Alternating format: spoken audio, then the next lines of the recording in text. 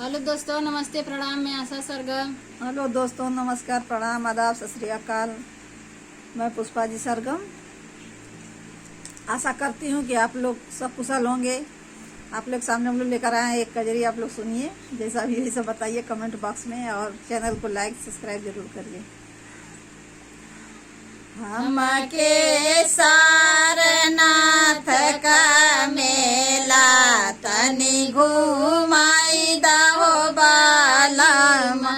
हमके सारनाथ का मेला तनी घुमाई दहो बालिमा।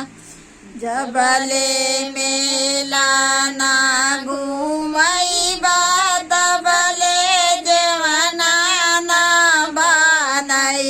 सवलिया देवाना ना बनैब।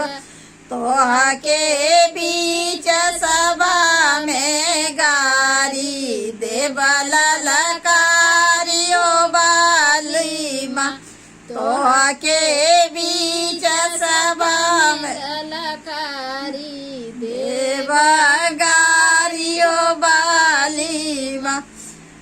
हमके सारनाथ का मेला तनी घुमाई दहो बालिमा।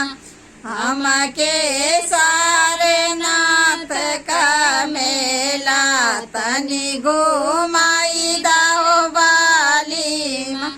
जबले मेला ना घुमैबा तबले गढ़ुआ ना भराइब। सवलिया गढ़ुआ ना भराइब।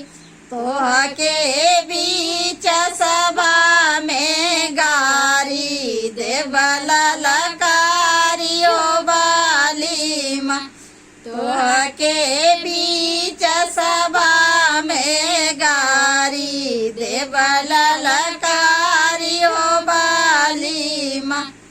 हमके सारनाथ का मेला तनी घुमाई दहो बालिमा। हमके सारनाथ का मेला तनी घुमाई दहो बालिमा।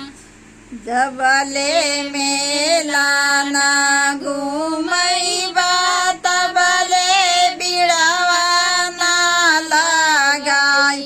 सवलिया बिड़वा ना लगाई। तोहा के बीच सभा में गारी देवल लकारियो बालिमा। तोहा के बीच सभा में गारी देवल लकारियो